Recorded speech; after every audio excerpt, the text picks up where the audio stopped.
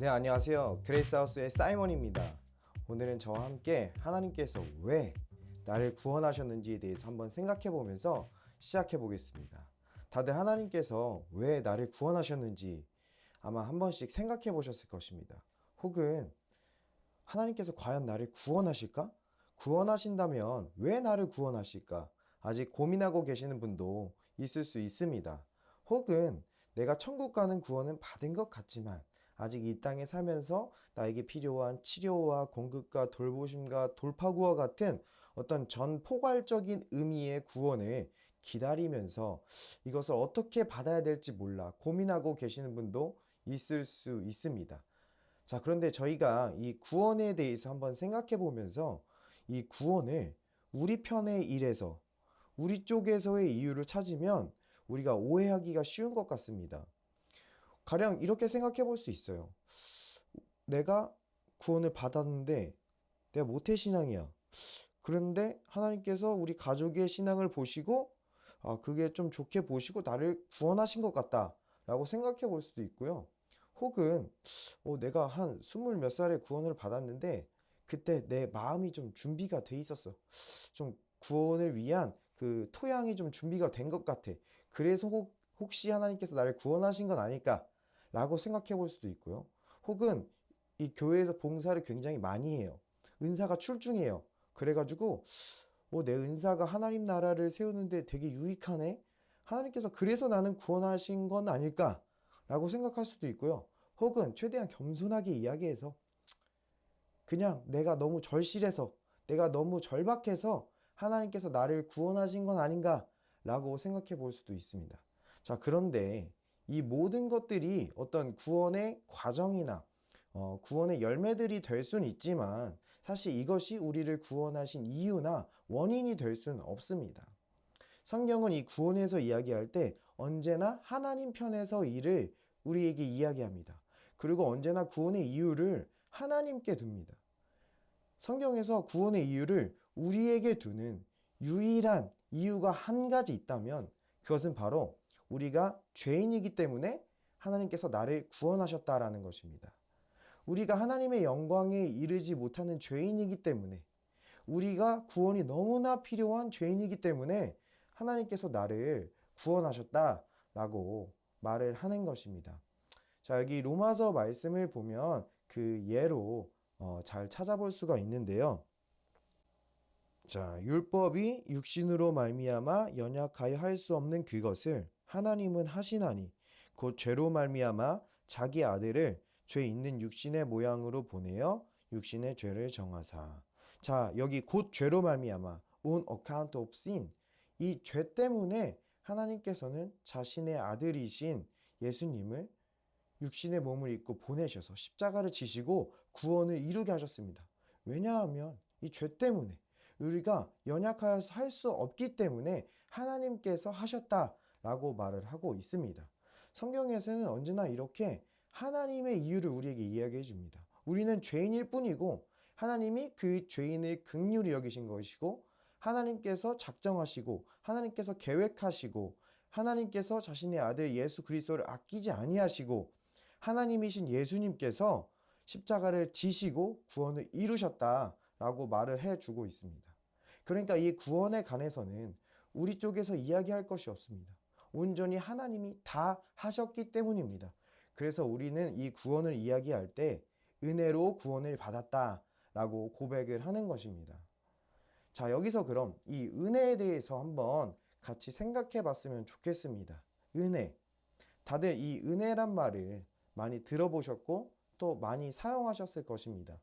자, 그런데 우리가 이 은혜라는 말을 사용할 때 조금 제한적인 의미로 생각하고 사용할 때가 있는 것 같아요.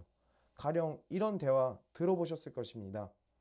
너 이번에 이 사업 혹은 이 사역 은혜로 잘 감당하려면 저기 기도원 들어가서 일주일 밤낮으로 열심히 기도해야 되는 거 알지? 혹은 너 이번 부흥회 때 은혜 제대로 받으려면 맨 앞자리 놓치면 안 되는 거 알지? 네, 여기서 사용하고 있는 이 은혜의 의미는 어떤 특별한 예가 특별한 사람에게 주어지는 하나님께서 주시는 어떤 특정한 파워나 능력, 정도로 생각하고 있는 것 같아요. 물론 은혜는 이러한 의미를 포함합니다. 또한 이 기도와 예배 가운데 당연히 은혜가 있습니다. 자, 그런데 이 기도와 예배는 은혜 받은 자로서 우리가 누릴 수 있는 특권이자 베네핏이지 어떤 우리가 은혜를 받기 위한 선행 조건이나 공로가 될 수는 없는 것입니다.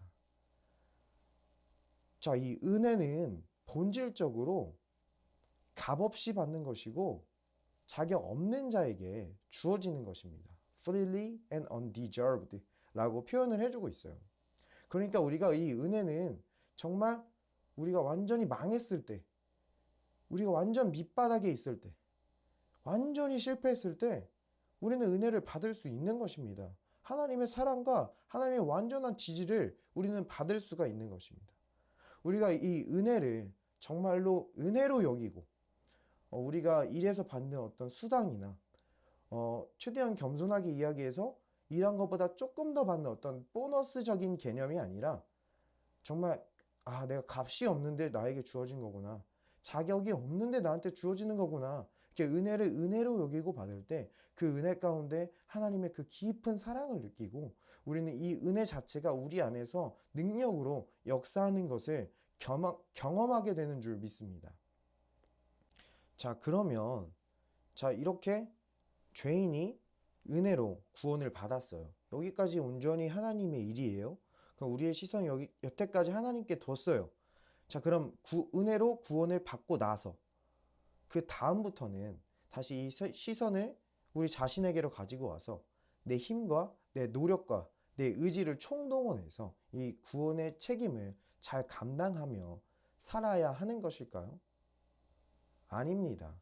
이와 똑같은 문제에 직면한 갈라디아 교인들에게 바울은 이렇게 권면합니다. 그리스도의 은혜로 너희를 부르신 이를 이같이 속히 떠나 다른 복음을 따르는 것을 내가 이상하게 여기노라. 자, 그러니까 여기 갈라디아 교회에 어떤 유대인들이 들어왔습니다. 이 어떤 유대인들이 가만히 율법을 가지고 들어와서 우리가 다시 이 율법을 지켜야 된다라고 지금 주장을 하고 있는 겁니다. 자, 그런데 이 유대인들은 우리가 어떤 우상을 섬기자, 간음을 하자 이런 주장을 하는 게 아니에요. 하나님의 율법을 우리가 지키자라고 하는 것입니다. 자, 그런데 여기서 뉘앙스는 우리의 복음을 통해 은혜로 우리가 구원받은 것. 그러니까 우리의 시선을 여태까지 하나님께 계속 고정시켜 왔는데 하나님께서 하신 일에 뒀는데 다시 우리의 시선을 나에게로 가지고 와서 나의 힘과 의지로 이 율법을 지키자라고 하고 있는 것입니다. 지금 결국 이 시선을 다시 나에게로 돌리게 되면 이 육체의 일을 통해 결국 우상숭배와 간음의 결과를 낳을 수밖에 없는 것입니다. 그래서 바울은 이것을 통해 이상한 일이다 라고 이야기하고 또 이 복음 외에 다른 복음은 없다 라고까지 이야기합니다. 그래서 이 다른 복음을 전하는 자는 저주를 받을지어다 라고 아주 강하게 이야기하고 있어요. 우리가 붙들 것은 이 복음밖에 없습니다. 은혜로 구원받은 것, 예수 그리스도를 통하여 구원받은 것, 우리의 시선과 마음을 온전히 예수 그리스도께 두는 것, 이 한 가지밖에 없는 것입니다. 이 죄인이 은혜로 구원을 받는다. 이 복음을 포함해서 모든 성경 말씀은 사실 우리의 마음과 시선을 언제나 예수님께로 인도하고 있습니다. 구약 성경에 나와 있는 그 율법들조차도 많은 규칙들조차도 우리를 그리스도께로 인도하기 위해 의도된 것들입니다. 자, 그래서 우리가 말씀을 전하거나 복음을 나눌 때 오해하지 말아야 되는 것은 어떤 인간 편에서 인간에게 적용할 수 있는 좋은 법칙들이나 규칙들을 이야기하는 어떤 세상 철학들이나 동기부여 강의들과는 이 말씀을 전하고 복음을 나누는 것이 완전히 차원이 다르다는 것을 우리가 인지해야 합니다. 세상에 좋은 법칙들과 규칙들을 이야기하는 강의들이 있지요. 그런데 그 강의를 듣고 나면 결국 이것이 잘 되냐 마느냐는 그 들은 당사자 어깨 위로 올라오게 됩니다. 왜냐하면 그것을 잘 적용하는지 그것을 어떻게 잘 적용하는지 그 당사자의 책임에 따라 모든 것이 달라지기 때문입니다. 그런데 마치 우리가 이러한 태도로 말씀과 복음을 대하게 된다면 우리가 은혜를 받아놓고도 나 은혜 받았으니까 이제 반드시 뭘 해야 되지? 너 은혜 받아놓고 도대체 지금 뭘 하는 거야? 이렇게 생각하게 되고 결국 그것은 그리스도의 삶을 살아내야 될 책임을 온전히 내 어깨 위로 다 가지고 오게 되는 것입니다. 그것은 은혜가 은혜되게 하지 못하는 것입니다. 그런데 우리가 정말로 우리의 시선과 마음을 예수 그리스도 한 분께로 맞추고 예수님을 높이고 예수님을 드러내는 그런 말씀과 설교를 들을 때 우리는 행위에 대해서 전혀 걱정할 것이 없게 됩니다. 왜냐하면 그 말씀 자체가 우리 안에서 잘못된 믿음과 잘못된 생각을 몰아내고 우리 안에서부터 끊임없이 지속적인 의의 열매들을 맺을 것이기 때문입니다. 자, 그래서 우리가 은혜로 구원을 받았고 구원을 받은 다음부터도 이 말씀 자체가 그 구원에 적용을 하는 것이지 내가 하는 것이 아닙니다. 우리는 이 구원의 역사를 이 로마서 말씀을 통해서 또 자세히 이해할 수 있습니다. 누구든지 주의 이름을 부르는 자는 구원을 받으리라. 그런즉 그들이 믿지 아니하는 일을 어찌 부르리요? 듣지도 못한 일을 어찌 믿으리요? 전파하는 자가 없이 어찌 들으리요? 보내심을 받지 아니하였으면 어찌 전파하리요? 자, 그러니까 여기 주의 이름을 부르는 자, 예수님을 나의 구세주로 모시고 그 주님을 주라고 부르는 자가 바로 구원을 얻는다고 이야기하고 있습니다. 자, 그럼 누가 주의 이름을 부릅니까? 믿는 자가 주의 이름을 부른다고 하고 있습니다. 자, 그럼 이 믿음이 어떻게 생깁니까? 말씀을 들었을 때 믿음이 생긴다고 말해주고 있어요. 자, 그럼 말씀을 어떻게 듣게 되었습니까? 하나님께서 말씀을 전하는 자를 보내주셨기 때문입니다. 이 말씀을 자, 여기서 아주 깔끔하게 정리해주고 있는데요. 자, 그러므로 믿음은 들음에서 나며 들음은 그리스도의 말씀으로 말미암았느니라. 그러니까 결국 이 그리스도의 말씀 자체가 역사하신다는 것입니다. 우리가 설교 말씀을 듣고 적용점 1, 2, 3를 뽑아서 내 삶에 그것을 잘 적용해낸 내 행실로 성령의 역사를 이끌어내는 것이 아니라 이 말씀 자체가 내가 무엇을 행하기도 전에 먼저 내 안에 역사하여서 나에게 믿음을 주고 나에게 새 마음을 주고 나를 치유하시고 자유케 하신다는 것입니다. 그래서 우리가 이렇게 모여서 예배드리고 하나님의 말씀을 나누고 내 삶에 행하신 그리스도의 일을 나눌 때 그것이 너무나 값진 것은 그 말씀 자체가 우리 안에 역사하기 때문입니다. 우리가 예수 그리스도를 높이고 예수 그리스도를 경배할 때 치유가 일어나며 선포된 그리스도의 말씀을 들을 때 내가 자유케 되고 삶의 여러 가지 문제들이 해결케 되는 것을 우리가 경험할 수 있는 것입니다. 우리가 예배와 모임이 끝나고 나서 어떤 행해야 될 책임들을 잔뜩 내 어깨 위에 지고 돌아가는 것이 아닙니다. 예수님께서 오시기 전에 구약시대에는 이미 많은 규칙들과 법칙들이 있었습니다.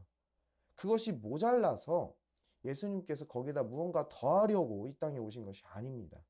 우리가 할 수 없기 때문에 예수님께서 대신 이루시려고 오신 줄 믿습니다. 이렇게 하나님의 말씀은 언제나 우리의 시선을 예수 그리스도께로 인도하고요. 그 말씀 자체가 우리 삶에 구원을 적용케 하고 성령의 능력으로 역사하신다는 것입니다. 그래서 우리가 삶에서 어려운 일들을 만나고 넘어지고 실패하고 죄를 짓고 쓰러질 때 우리 자신을 계속 보면서 나는 뭐가 부족하고 여전히 이런 힘이 없고 정말 나의 숨겨진 죄가 무엇인지 낱낱이 파헤치고 이렇게 죄책감과 자책감에 눌려 있는 것이 아니라 우리는 예수 그리스도를 바라보는 것입니다.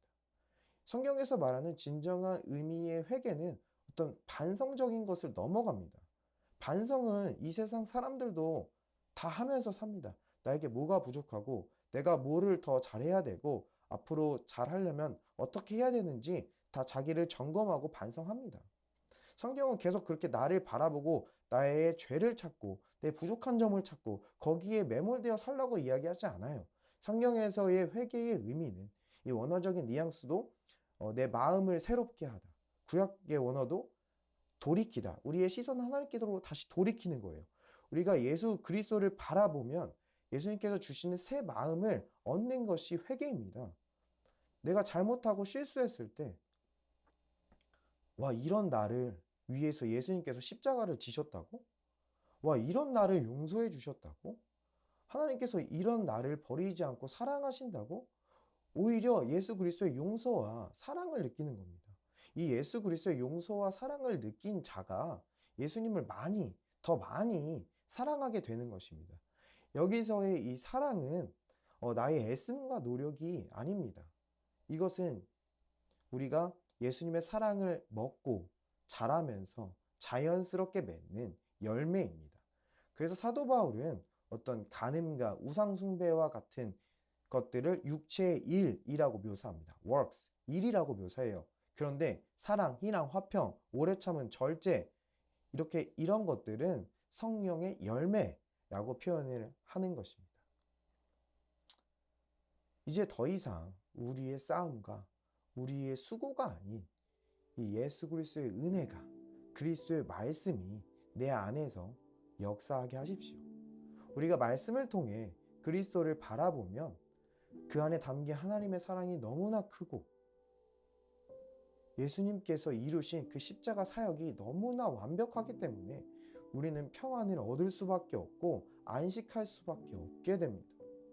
이 흠없는 어린 양이신 예수님께서 우리를 대신해서 희생 제물이 되어주셨기 때문에 우리가 그 의를 힘입어 의인의 자리에 서 있는 것이지 나의 선행이나 나의 공로가 아닙니다.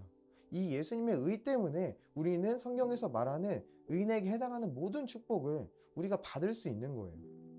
예수님께서 죄의 모든 저주와 하나님의 진노를 십자가에서 자신의 몸에 담당하셨기 때문에 우리는 하나님의 진노와 죄의 저주와 상관이 없게 된 것입니다.